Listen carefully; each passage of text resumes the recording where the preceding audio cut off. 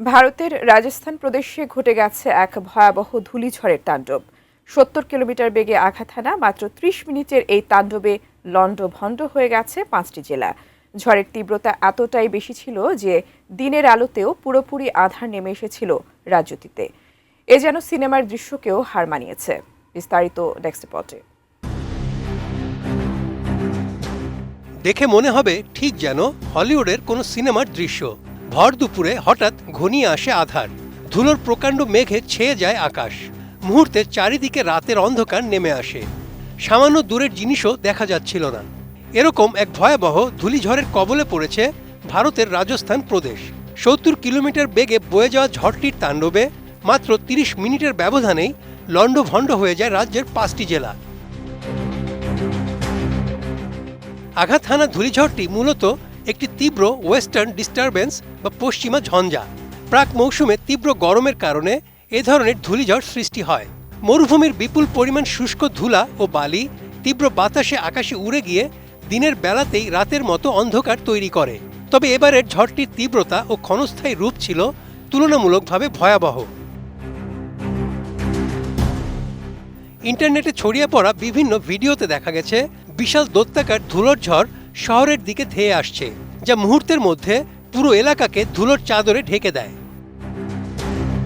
আমি বুঝি নির্মাণের শিল্প, সালাম স্টিল বোঝে ডিউরেবিলিটি। সালাম স্টিল, মোস্ট ডিউরেবল স্টিল। ধুলোমাখা বাতাসের তীব্রতা বাড়ার সঙ্গে সঙ্গে সড়কগুলোতে দৃষ্টিসীমা শূন্যে নেমে আসে, ফলে যানবাহন চলাচল পুরোপুরি থমকে যায়। চারপাশে একটি ভুতুড়ে হলুদ বাদামি আভা তৈরি হওয়ায় পথচারীরা নিরাপদ আশ্রয়ের জন্য দিক বিদিক ছুটোছুটি করতে থাকে। আতঙ্কিত দোকানদাররা তাড়াহুড়ো করে বাজারের শাটার নামিয়ে দেন। বাতাসের প্রচণ্ড বেগে বহু গাছের ডালপালা ভেঙে পড়ে এবং কিছু কিছু এলাকায় বিদ্যুতের তার ছিঁড়ে ও বৈদ্যুতিক খুঁটি উপড়ে গিয়ে স্থানীয়ভাবে বিদ্যুৎ সংযোগ বিচ্ছিন্ন হয়ে পড়ে। ভারতের আবহাওয়া অফিস জানিয়েছে, উত্তর পশ্চিম ভারতে একটি পশ্চিমা ঝঞ্ঝা সক্রিয় হওয়ার কারণে এই ধূলিঝড় সৃষ্টি হয়েছে। গত কয়েকদিন ধরেই রাজস্থানের তাপমাত্রা 40 ডিগ্রি সেলসিয়াসের উপরে ঘোরাফেরা করছিল, যা গত 29 মে 45 ডিগ্রিও ছাড়িয়ে যায়।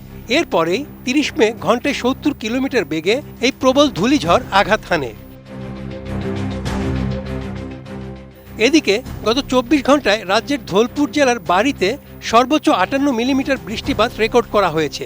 পাশাপাশি বিকানের, জয়পুর, আজমির, ভরতপুর, কোটা, যোধপুর এবং উদয়পুর বিভাগের কিছু অংশে তীব্র বজ্রঝড় ও দমকা হাওয়া বয়ে যায়।